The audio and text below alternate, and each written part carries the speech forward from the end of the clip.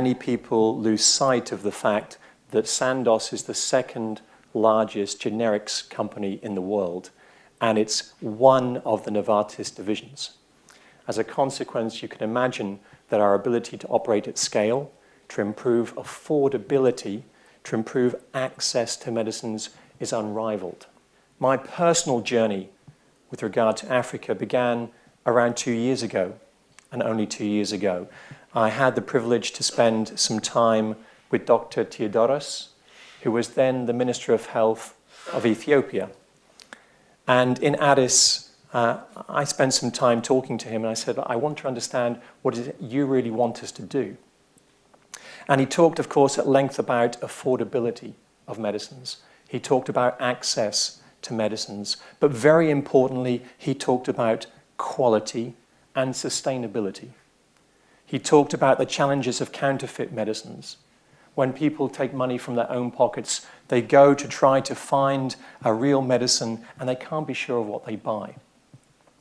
They talked about the fact that there were many low-quality medicines in the market and that they weren't sure of the quality of the medicines they were taking. In fact, when they were doing their own studies, they found over 100 companies that they wanted to remove from the Ethiopian market because the medicines they were making available, which people were using their hard-earned money to pay for, were substandard. And this really informed our vision. The vision is about affordability, it's about access, but it's about quality and it's about sustainability. Sandoz has significantly increased its investment in Africa over the last 2 years. In terms of portfolio, you can imagine that we have 1,000 compounds in our overall portfolio in different countries around the world. So we've been able to study carefully medical practice country by country and then look very specifically at which medicines, essential medicines that we can bring, we can register to bring to whether it's Senegal or whether it's Cameroon or whether it's Kenya, whether it's Tanzania, or whether it's Ethiopia. We can look very precisely at what medicines will make the biggest difference. Approximately 2 years ago, we engaged with Zambia on a former World Bank initiative, which was called a health shop initiative. The vision of the health shop initiative was really amazing. It was trying to create a network of shops across Zambia which would be able to carry essential medicines. If you're in Zambia, you may have to walk 20 kilometers to go and get a medicine. And when you get there, you don't know whether you're getting a quality, legitimate medicine or whether you're getting a low-quality counterfeit medicine. So the vision was fantastic. The essential component was sustainability.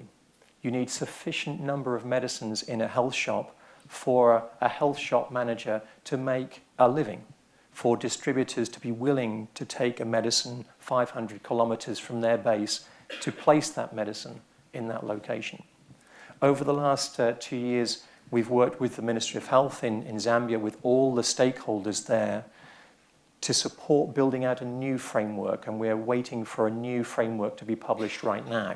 And what's really exciting is the new legislation, when it becomes effective, has over 40 medicines which health shop managers will be able to hold and dispense once they have been trained and certified. I think the Go Africa initiative and the strategy that Novartis is pursuing is very powerful because it's an integrated strategy, because it leverages the individual strengths of its divisions which have been assembled over multiple years. Now, imagine the impact that Sandoz can make with 45 manufacturing facilities producing 50 billion doses of treatment today, and it can make those at an affordable level. So as we bring these strands together from pharma, from Alcon, from NIVA, we see a very bright future for Africa, and we're very confident and privileged, I think, to be in a position to help make a strong contribution.